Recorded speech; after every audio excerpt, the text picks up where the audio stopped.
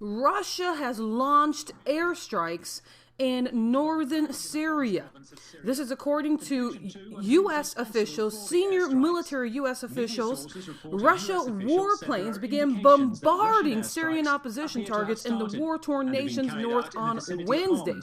Now, this is following a terse meeting at which a Russian general asked Pentagon officials, hear this, to clear out of Syrian airspace and was rebuffed. Now, I don't know if they were really rebuffed because they went ahead and they've launched airstrikes as it is so far. U.S. officials said Russian airstrikes targeted fighters in the vicinity of homes located roughly 60 miles east of a Russian naval facility in Tartus, and were carried out by a couple of Russian bombers.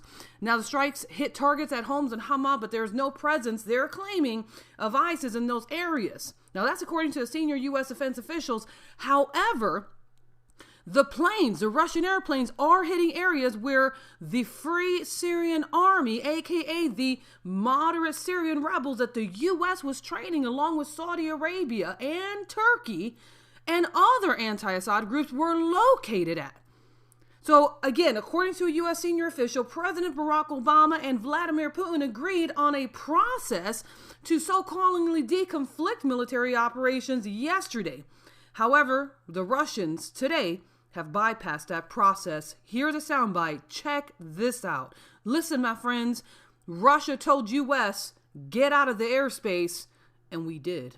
Lieutenant Colonel Ralph Peters, Fox News strategic analyst, author of the book Valley of the Shadow. Colonel, good morning to you. Good morning. There's a lot to go through here. Putin tells us to get out. What will we do? Well, for now, we'll continue to fly. But make no mistake, Putin thinks Obama is so weak that I believe that Putin would not be reluctant to shoot down a U.S. drone as a warning and possibly even bring down a U.S. manned aircraft, knowing Obama would not respond militarily. Putin would say, oh, it's all an accident, it's a misunderstanding, we need to deconflict, we need to get out of the airspace. And Putin is on a roll. And by the way, Bill, he is not hitting Islamic State. That's his line. Got to defeat Islamic State. He's hitting the opposition in between or support Islamic State. This guy is good, and we've got a pixie dust president who still thinks he can say something 3 times and make it come true. It was pretty extraordinary to watch him on 60 Minutes the other night. I mean, he basically said what we've been saying for 15 years. Fight them over there so they don't come here. Wow. Well, he's got the lines down.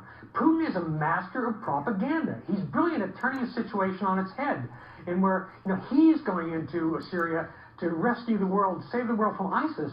And oh, by the way, remember, under international law, Vladimir Putin, despicable though he is, has a better case for being there than we do, because the Assad government is the last Syrian government seated at the United Nations. It invited Putin in. We weren't invited in. So Putin's working all this stuff, and it's important to, despite all the nonsense in the White House and the Baghdad Bob behavior on the part of Josh Ernst, what Putin is doing, his goals are absolutely transparent. First, he wants to support Assad. That's the tactical goal. Second, he intends to do as much mischief as possible while Obama is still in office and unable to act or unwilling to act. So he presents the next potentially stronger U.S. president with a fait accompli on the ground, with a situation that's irreversible. And third and long term, he is building an alliance in the Middle East with Iran, Iraq, and Syria to keep us out. He is betting on the Shia Muslims against the Sunnis. He's erecting a wall of Shia-dominated states that are anti-U.S., pro-Russian, and we're still looking at the tiny little bits and pieces. Oh, Syria. Oh, Iraq. It's Syria, and that report has been confirmed as Russia's parliament approves sending in troops. This is a huge, giant step in escalation of the Syrian crisis, and our concern is that one false move, one accidental move, whether it be Russia against the U.S., U.S. against Russia, accidentally again shooting maybe down a fighter jet, accidentally killing a Russian soldier, accidentally, what will happen? Will we see World War III overnight? Syria is not very big. The playground's not very large. And you have 2 nations in a very small space, vying for territory. It says, beyond wars and rumors of wars, my friends, this is a distress of nations with perplexity, according to Luke chapter 21, verse 25. Many thought, ha, we're in the clear.